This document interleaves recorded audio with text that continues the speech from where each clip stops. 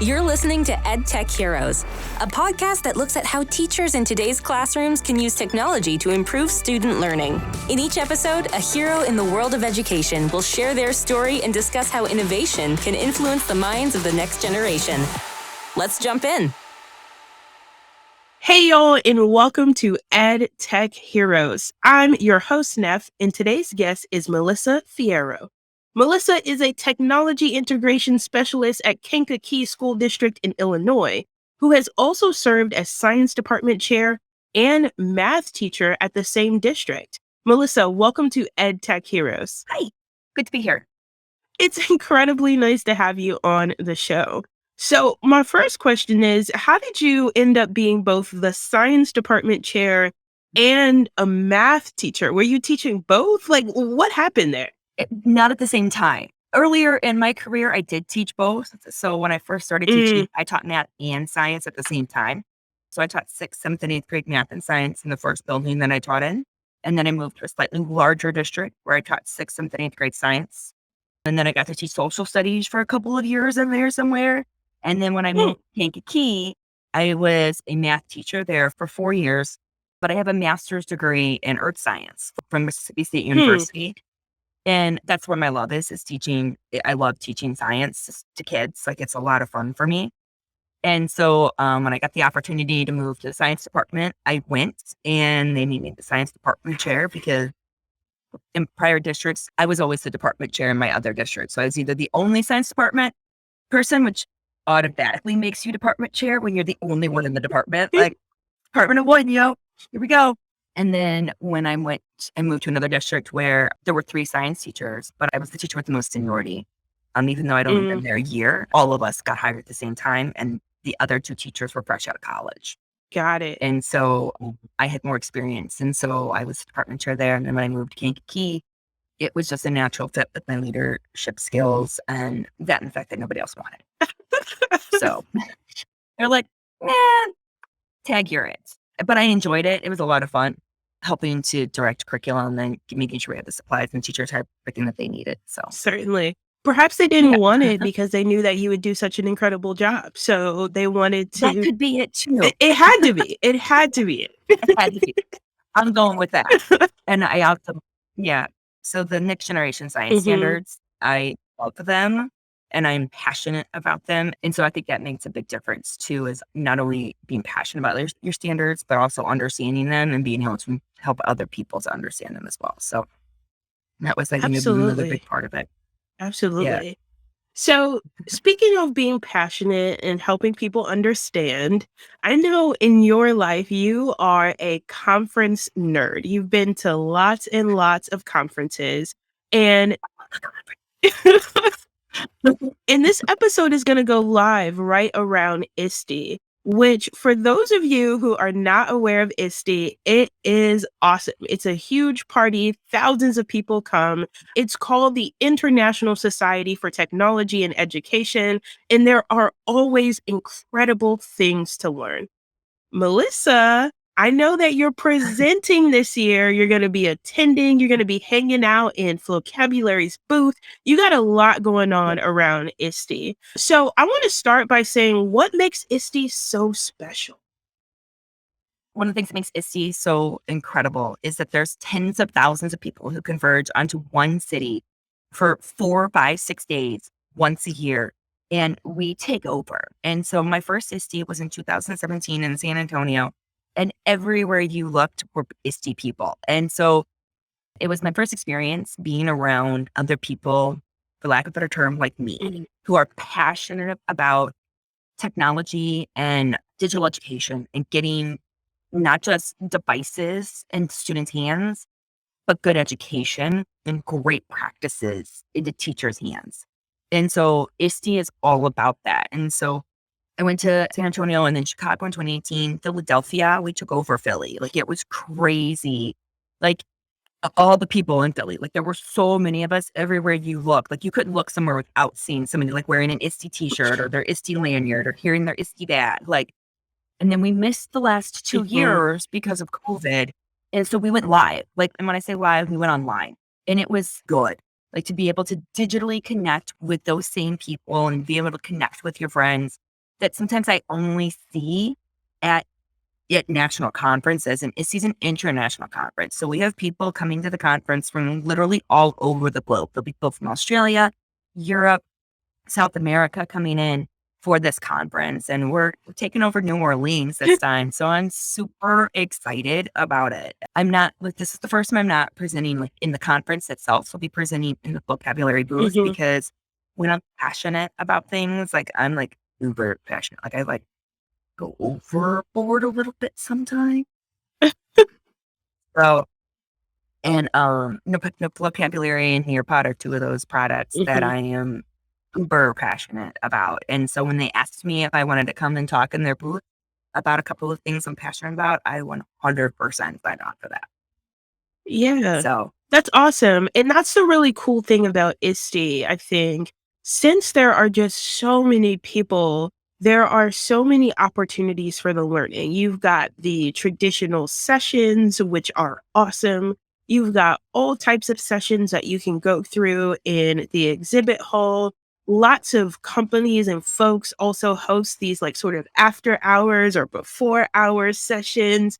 I think in Philly, I was hanging out in Panera Bread having a sandwich, and it turned out that I met these awesome ladies from Alabama. We had just a great conversation about best practices. So it's almost everywhere you turn, there's this opportunity to learn something that is incredibly impactful. With so many learning opportunities, do you have some things that you're hoping to take away from ISTE this year?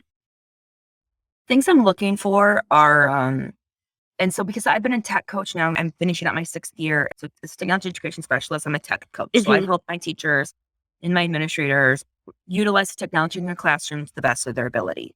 And so helping with best practices and integration of their materials into their classrooms. So that way it's not just another thing. Because for teachers, that's the big thing is we don't want another thing. We want it to be where it's taking at least 1 or 2 things off of our plate. And so I'm always looking for tools that do that. But more importantly, like right now, I'm looking for methods that can help me reach some of my harder to reach teachers. And so I have about 300 teachers in my district, and the majority of them know who I am. They know that they can come to me whenever they need to for assistance and for help. But there's some of them who I know are struggling and they just don't want to ask for help. And so I'm looking for ways to get through to them. And so I have a few new methods that we're going to be doing, that I'm going to be using this fall, that I tried with a few teachers. And so I'm kind of excited. And so now I'm just looking for a couple more, because that's my thing. It's like how to fight the burnout. Like that's what I'm looking for, is and not just for me. Like I want to gather it and share it with other tech coaches back in Illinois and anywhere else that I can. And so like, how do we fight that burnout? Because that's the big problem we have in education right now, is we're losing teachers faster than teachers are graduating college. And so how do we replace these teachers? Because the number of students hasn't changed, but the number of teachers has. And so now we're just entering into this vicious cycle of larger class sizes, more work put onto teachers, and yet there's no way to fix it. And so how can I and how can other tech coaches and other people who are around provide that support for teachers? How can we help teachers be successful and help students with those growths and gains that are so very critical? Yeah, certainly. It's a critical point for education. I think we have all been inundated with teachers who are leaving the classroom, and often for very legitimate reasons, inundated with stories of teachers being asked to do so much with so little. And I think it's refreshing for every listener to hear somebody in your position who is actively thinking about that and actively thinking of ways to make the lives of teachers easier, more fulfilling, and more impactful for the students that they serve. So I would love to hear, was there a method that you employed last year that worked really well with your hard to reach teachers? Because I know there has to be some instructional coach listening who's like, Melissa, tell me the secret. I think the biggest thing is just being there. Mm. And so by that, I mean, like, I get to school early. And so I'm walking through, I have 10 buildings that I'm responsible for. And so I can't make it to every building every morning. but I have 4 K-3 buildings. And so I go to a different K-3 building every single morning before school starts. And I just walk down the halls and I pop into just classrooms and I just let them know that I'm here for them. So it'd be like, hey, Nef, how's it going today? Like, how was your weekend? What do you got going on this week with the students? And then just listening to them talk. And then the big thing is active listening. And so like, it's hard for me sometimes because I'm a helper and I'm like, oh, I see a problem. I want to solve it. And I can't always do that. I have to make sure that they're ready to hear what I have to say. And so sometimes it takes all year before they're ready. And they're like, I remember you mentioned something about like recording videos. Can you share me more about that? And so sometimes like, even though you mentioned it back in like September or October, they're not ready to hear it until like March, and so just being there for them and just listening and then waiting for them to be like, hey, so I've heard that you helped so-and-so down the hall. Could you show me how to do that? And then sometimes you've got teachers who they just want you to listen to them vent. That's all that they want. They just want somebody who is not in their building, who is not a teacher with them, who is not an administrator. They just want somebody to vent to who understands, and their significant other at home, even though their significant other at home or, or their children or their dog or their cat or the paint on their walls has heard it 1,000 times. It's nice to have somebody else listen and, understand what they're going through. And then, just encouraging good things when you see it and reminding them that, like why they do what they do. One of my favorite movies, so my husband is a huge baseball fan, and so am I. I've watched baseball since I was like 5. And one of my favorite movies is The Rookie. Okay. And so I don't know if you've ever seen this movie, but he gets really frustrated. The main character gets really frustrated in the movie one time because he's the oldest rookie ever in the Major League Baseball, right? In the MLB. And he's on the phone talking to his son because he's like on a travel team and he's on a AAA team and they're traveling all over and he's getting frustrated. And his son reminds him that he's played baseball. Are you having fun? And that clicks for his son. It clicks for him. And so like one of my favorite lines in the movie is, he gets off the phone and he sees somebody else who's just as frustrated as he is because they're trying to make it into the big league, and they're stuck like right there, just like right below where they want to be. And he goes, hey man, we get to play baseball today. And so, right. It just like dawns on like my job is to play baseball. And I love that moment. And as a teacher, that's one of my things. Like when I see that other people are getting down, like, hey man, we get to teach today. Like you don't become a teacher because you're like, ooh, what job can I have that gives me summers off? But I work 1,000 hours a week. I know I'm going to be a teacher. Nobody goes into teaching because they get 3 months off. Nobody. Like we became teachers because we're passionate about either our subject matter or we're passionate about helping students learn and grow. And so just reminding people like, hey man, we get to teach today. Like this is our job. Like we didn't go into this because of, the money, the glory and the fame. Like we went into this because we love teaching. And so it's reminding people of that sometimes and like cutting through like all the red tape and all of the extra stuff that gets piled on top of teachers and reminding them, especially because the ones that I see the burnout in are extreme veteran teachers who are like so close to retirement that they can taste it. And unfortunately for them, they're at that point in their career where they just have to like, they're just one step in front of the other and reminding them that you are a resource to our district, like to education in general. Like, remember what your passion is. Remember why you're doing this. Find that again. And to see that light flicker a little bit and then to like catch after a few days is just huge. And and being like, find your sunshine, like find why you love teaching again. Like remind yourself of that and helping them remember it and just reminding them you're the educational expert in your classroom. Like, like sometimes we have to fight for things, sometimes we just have to fight for things and that can be hard because there's so much politicalness that's going on in our classrooms. We don't even realize it, like that we're doing things that have no educational value whatsoever because some politician somewhere who sat in a classroom for 12 years and more than likely in a private school and didn't have to do these things is now requiring teachers to do these things. And it's frustrating for teachers. And so just reminding them, like, that's just one day. That's just one day. And then we can get back to the fun and the joy of teaching. And so I think that's a big part of it. It's just helping teachers and being there and listening to them and being prepared when they need that moment. That's exactly what we want. This podcast is for sharing real experiences and real ideas. And I think that what you just shared resonates with so many people, both in terms of things that are just incredibly frustrating and also this sort of grounding. When I was in the classroom, we always talked about finding your why and finding your posse of like teachers and instructional coaches and whomever that was that you could talk to, who could share best practices, right? And I think both on the teacher side and on the instructional coach side, if we are very intentional about creating that community where we each get to sort of nurture our spark, then it does have the potential to get us all really excited that, dang, we get to teach today. Yeah. We get to do something that we have spent years and years attempting to perfect. Right. Yeah. And I mean, like, one of the big things that I'm going to be trying this year is, I don't know if it's going to work. It's my first time trying it. So I don't know if it's going to work. And it's taking back the teacher's lounge. And so there's a lot of teachers who, because the teacher's lounge is where teachers, they go and they vent, and sometimes the conversations that are going on in there, they just foster other teachers to get that same negative feeling. And so this whole idea of taking back the teacher's lounge this is a negative free zone.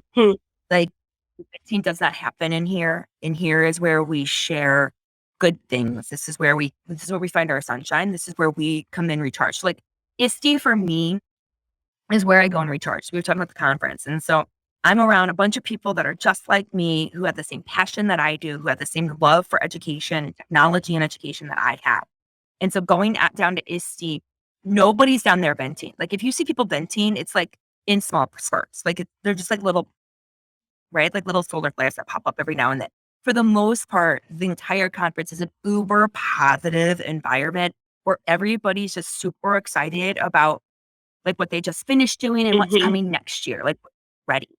And that's what I want the teacher's lounge to be like in my schools. Is I don't want them to be this, they tell new teachers to stay out of the teacher's lounge, right? Like, so now the new thing that they tell new teachers is, don't smile till Thanksgiving, right? Don't smile till Halloween, don't smile till Thanksgiving. Which, by the way, is a lie. You should be smiling. If you want to smile, smile at children. Let them know that you're happy to be there, okay? Then they'll be happy to be there. And the other thing they tell teachers is to stay out of the teacher's lounge. Yes, that's where your other teachers are, but the teacher's lounge is where teachers like let go of their baggage. They hang it in the teacher's lounge, and unfortunately, they keep coming back for it. Like, they just keep coming back to the negativity, and I don't want that. I want the teacher's lounge to be a space where teachers can go and they can talk with the other colleagues in their building about good things happening in their building, in their classrooms. And so it's something that I'm going to be like pushing for this school year in my district, is taking back the teacher's lounge. Like, this is a negative free zone. We're not allowed to talk about bad things in here.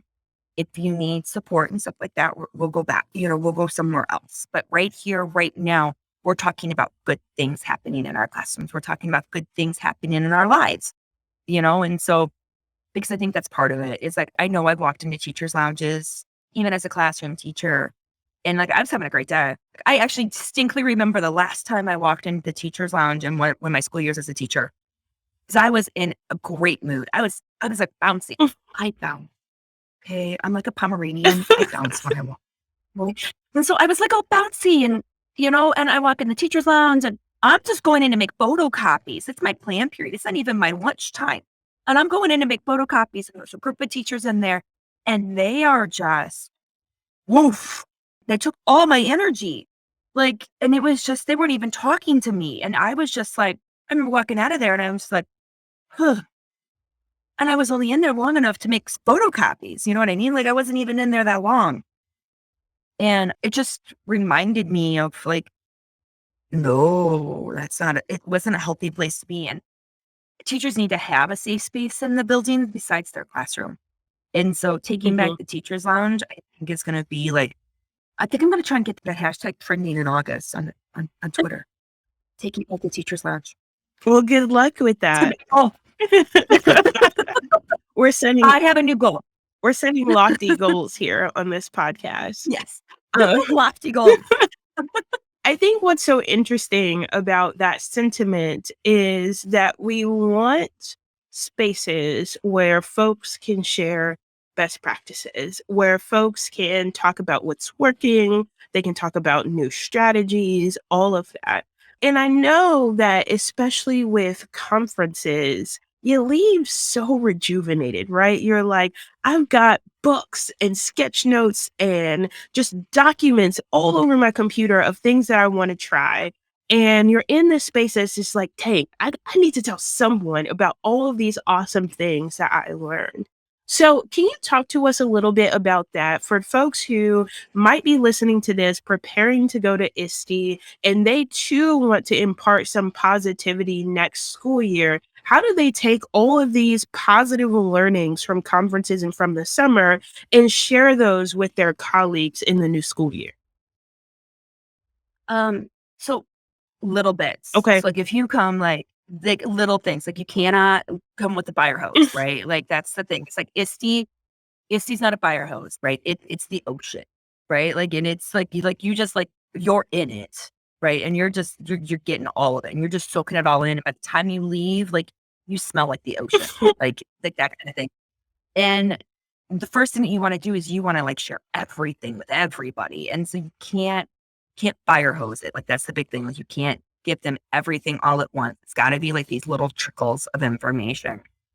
I send the occasional email because teachers get so many emails in this day and age that I don't want to send too many emails. But I have my own website that I use with my teachers. And so it's got a lot of good stuff on there. I haven't updated it in a little bit. My teachers have been inundated with information from, we had another coach in the district who was an instructional coach, and she sent all the emails, which is not a bad thing. It's not a bad thing at all. But she sent all the emails, like 6 or 7 a day.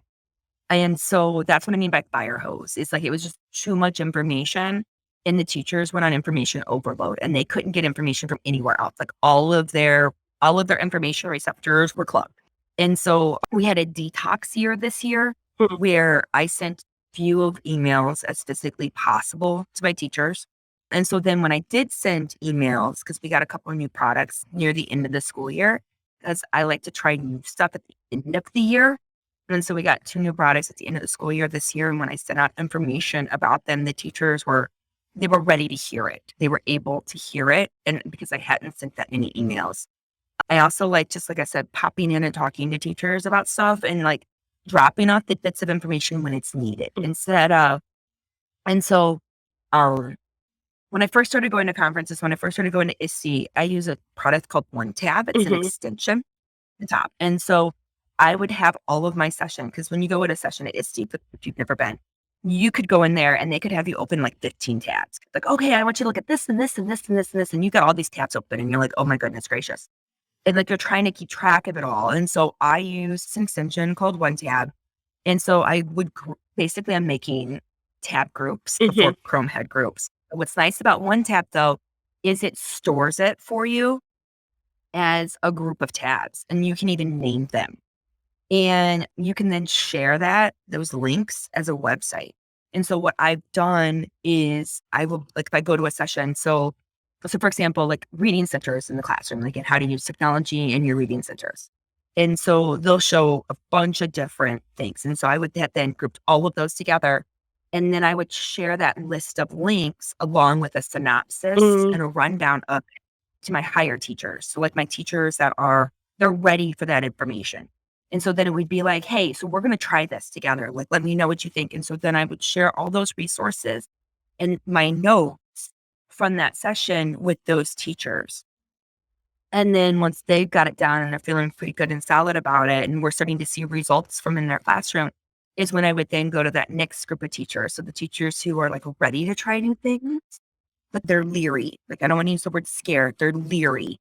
And be like, hey, you know what, I'm going to cover your class for about 20 minutes. I want you to go next door and I want you to see what Stephanie's doing.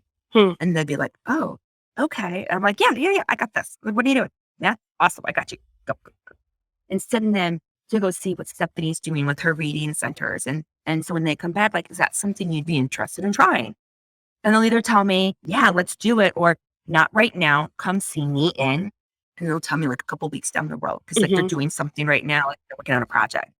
And I found that that works the best instead of just like sending out all the information at once to everybody. Because what ends up happening is even though somebody may have like needed that information and it may have worked for them, they're just going to archive that email and then they're going to forget about it. And so instead of just doing that whole, like, I'm just going to like ice the cake and give it to everybody, I like the sprinkle method better, where we're going to put it where it needs to be, like that at the right time, at the right moment kind of thing. I think that goes back to when I was a science teacher, when I did I did discovery-based, project-based learning as a science teacher. And I think, and it's how I've taken on coaching as well. So instead of, I don't lecture, I'm not a lecture teacher. I don't like give everybody the same instruction at the same time. I prefer to do, like I said, like the sprinkle method, which is one of the reasons why I like, video recording tools. So that way I can record like that 15, 20-second video, that 2-minute video. And then when a student's ready for it, I can tell them. And even with my teachers, like, oh, you're ready for Google Classroom now? Oh, you're ready for that next thing I was talking about, Google Classroom. Here, go to my website. I want you to go to my website and I'll open up my website for them and I'll show them the Google slide deck. And I'm like, I'll be back in a week, right? So this is like personalized learning, like you learn at your own pace, you play yourself, and I'll be back in a week and we're going to talk about your questions. And so that's how I taught as a classroom teacher. And so that's how I coach my teachers. That makes so much sense. And it's really cool to both think about individualized learning from a coaching perspective with adult learners. And the other thing that I love about that is this sprinkle method allows everybody to learn just a tad bit differently, right? So those first folks that you introduced it to, they got your notes and they were off to the races after that. And then that second group of folks, they have the notes, they have the links, and then they also have this added resource of being able to see this thing in action by going to go see one of the teachers that they work with. And I think a lot of times that is the criticism, right? Like you'll sit in a conference and you'll hear this thing that went off amazingly for a teacher, and you'll say, but they teach on the opposite side of the country with students whose demographics look nothing like the students that I sit in front of. And they have resources that are tens of millions of dollars more extensive than what I have in my district, right? So it can be sort of easy to say, you know what? That's great and it's fine for them. And I am so happy, but it's not going to work for me. So I think that there is something that is incredibly powerful about seeing a strategy actually play out with the kids that are in your school building, with the resources that you have, all of that, Yes. It makes a difference, like even when I was a classroom teacher, like I'd go to workshops and I'd go to, conferences and I'd be like, that's not gonna work. But then you come back and like I actually distinctly remember sitting in a session. I went to a workshop and he was like talking of, and I don't remember what he was talking about, but I called him out on it. Like I called the presenter out on it. I'm like, dude, that's not going to work in my district.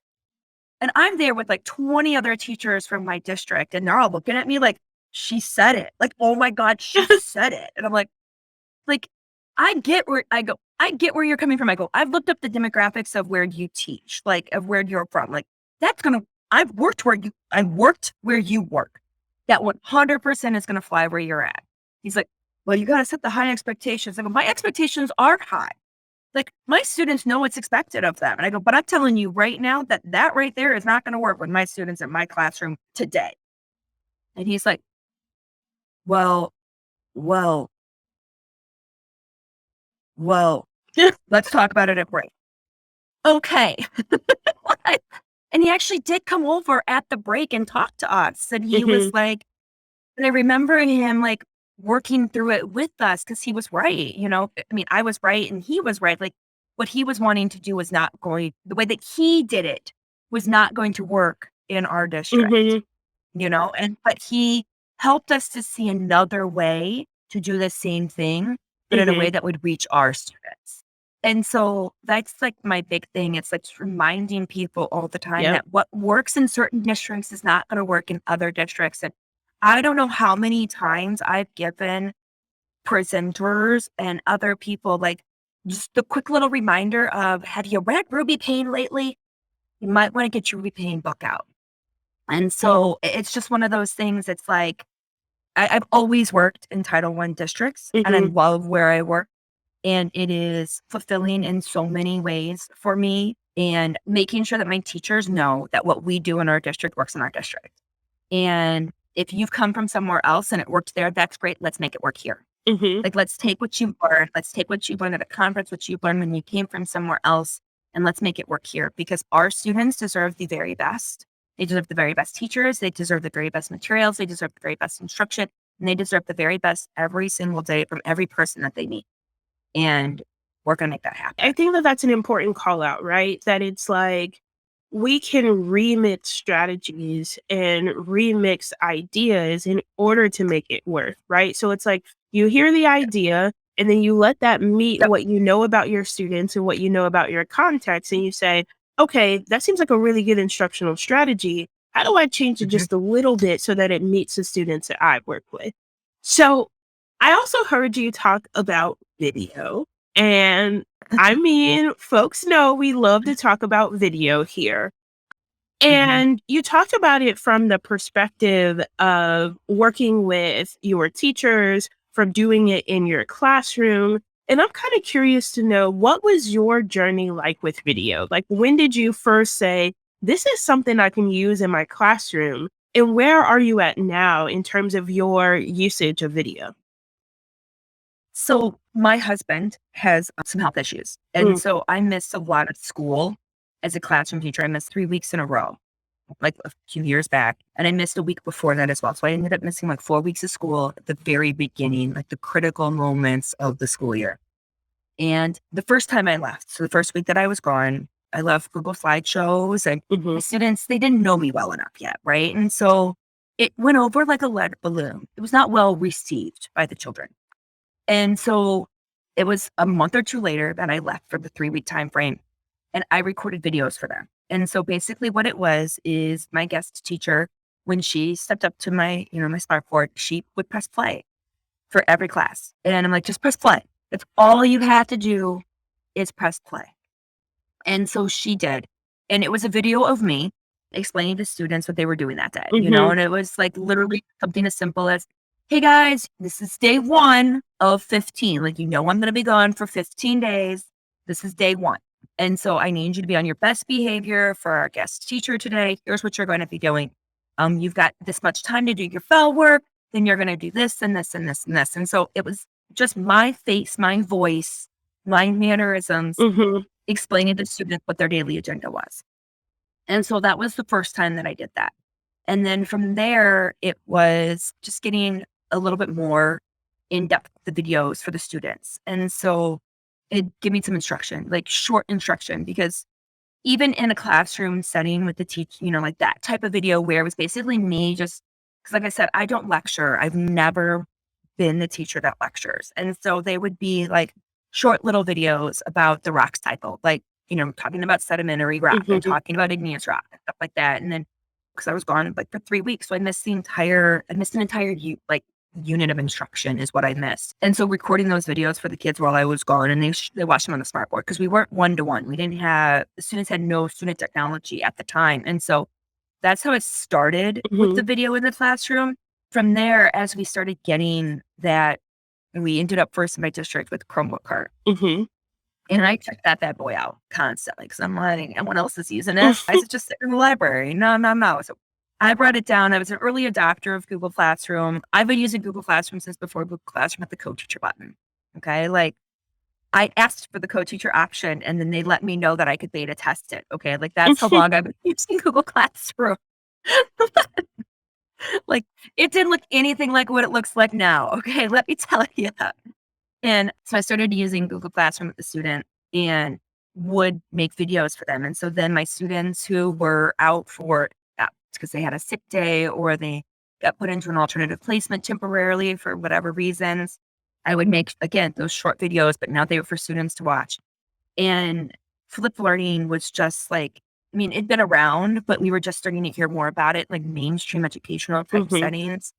And I was like, I never went full blown flipped. I never went the full blown flipped learning method, but rather it was really powerful for me to see a student in the back of the class, like in the back of the classroom or in the corner of the classroom.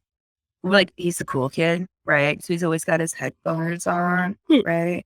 He's always acting like he's super cool.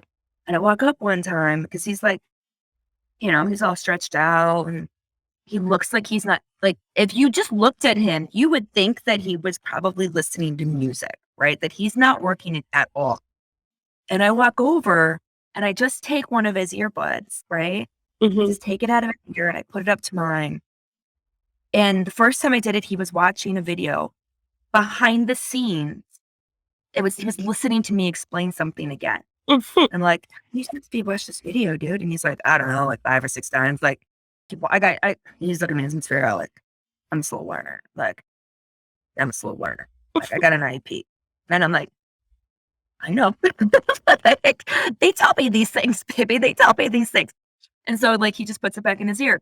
I check on him every few days, and he's either listening to the book, like, because we had the book, I'd gotten the online that year.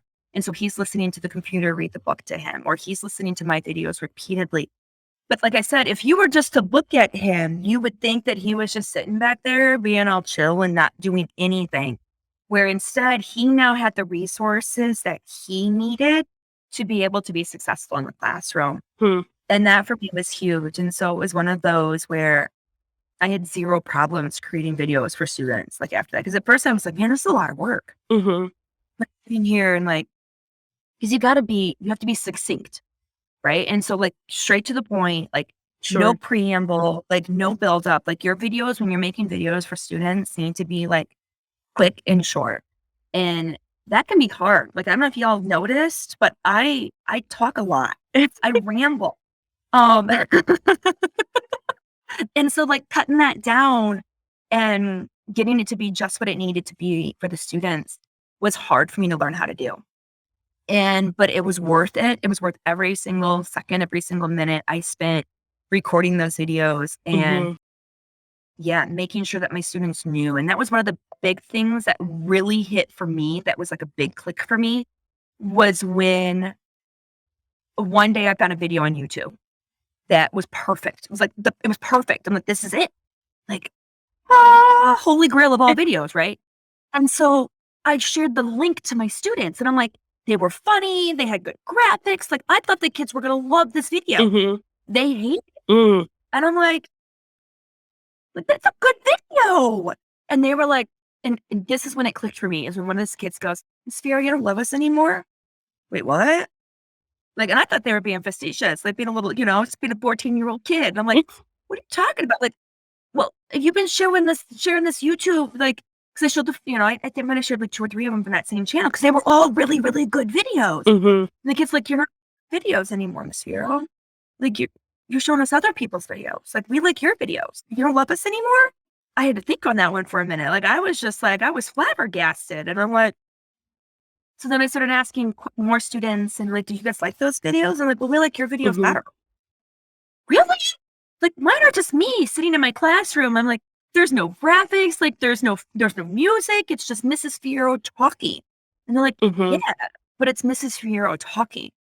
Like, it's you taking the time. Like, and it was kind of cool, like, 14-year-olds letting me know, like, they understood, right? That it took a while for me to make those videos and get those videos to them. And like, this was like before Flipgrid, right? Because like when I left the class, Flipgrid hadn't started yet. And so they didn't even they only knew from like making their own videos, right? Like on their cell phones, like for personal stuff, like how hard it is to make a video. And they were just like, they appreciated the time and the energy that I was taking to put into making all these videos for them. And that just blew my mind a little bit, as a teacher. And so that's what I always have to tell teachers. I'm like, you may find that perfect video, right? That somebody else has made. You're like, that's got all the graphics, all the bells and whistles. They're not going to like that as much as the the 90-second clip that you make them with your voice. Yeah. You are the perfect video, right? Because you have all of these contexts of who you are, your mannerisms, your jokes, and who they are as students. And you Yeah. infuse that together. And even if you don't have the graphics or you don't have the dopest track accompanying you, it becomes incredibly powerful.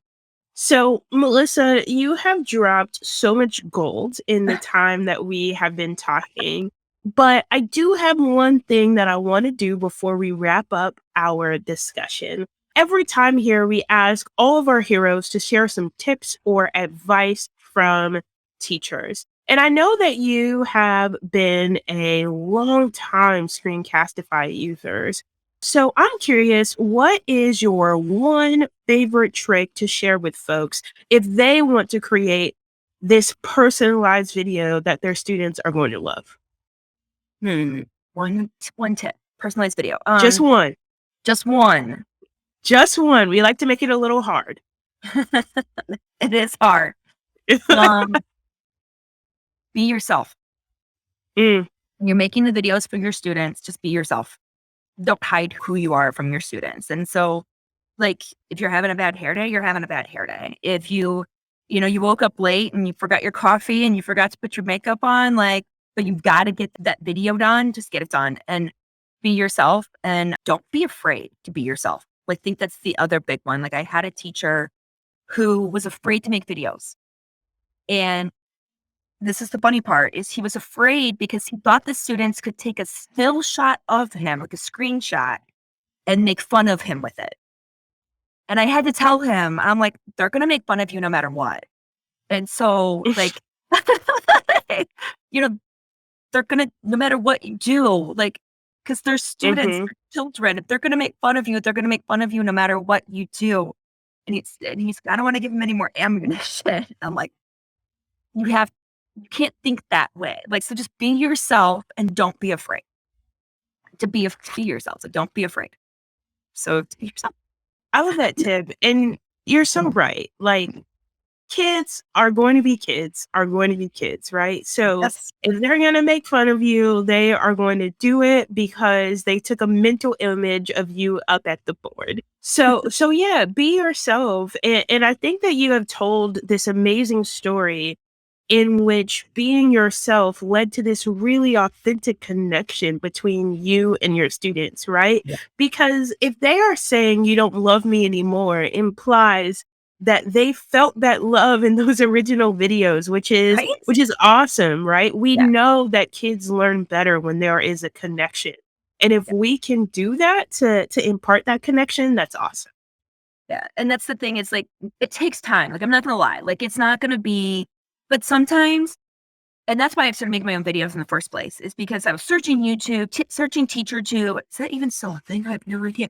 But searching for these videos, like, for what I needed, right? Like, going on Khan Academy to find the right video. I was spending so much time looking for the right video, and I wasn't finding what I was looking for. And so that's when I started using Screencastify. And I'm like, I'm just gonna make my own video. Like, there's got to be a video recording system out there somewhere that's free. I don't need a lot of time. I just need little bits. And that's how I found Screencastify. I'm like, the research has found it's solid that the longer you make the video, the student's attention span drops off. And so the shorter the video, the better, which is why I said no preamble, no extra stuff. Like, get in, get out, get it done, like SEAL Team 6, right? Like, we're just going to do this thing. And like, get it. Making sure that teachers understand that when they're making their videos, that they don't need to record an entire lecture. It's not a 25-minute video. They're not going to watch a 25-minute video. It's not happening, people. Like, just stop, right? Like, you're much better off making like a bunch of little 2-minute videos, or actually 90-second videos. That's where the sweet spot is, people. Like, 90 seconds. Like, all ages can handle a 90-second video very easily. Okay. And making sure that teachers understand that is, like, as a teacher, like I said, like, trying to find the right video and then be like, oh man, I don't need all of this. I just want this clip. Right.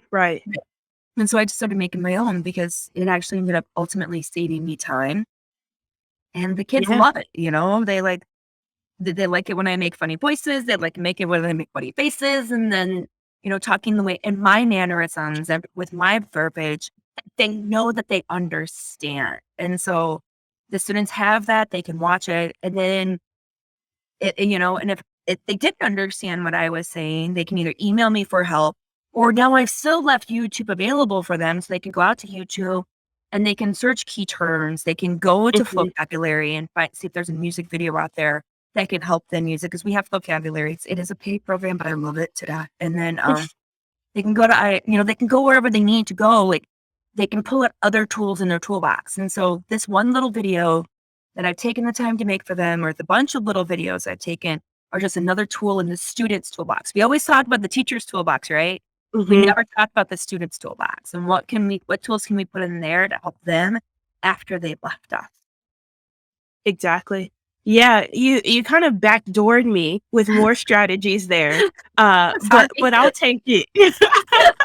But yeah, I think all of that is incredibly salient. How can we be ourselves, create short videos that capitalize on attention span? So I like to use that word capitalize. Like, it's not a problem that people have short attention spans. How can we capitalize on it? Right. And then also creating this perfect video that makes sense for the students that we interact with.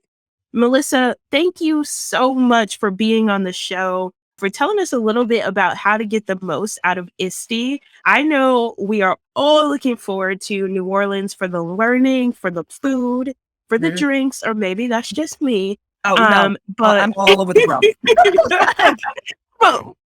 But ISTE 2022 is going to be awesome.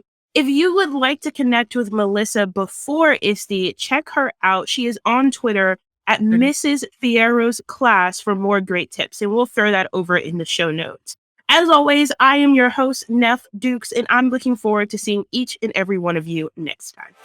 Thank you for listening to this episode of EdTech Heroes, presented by Screencastify.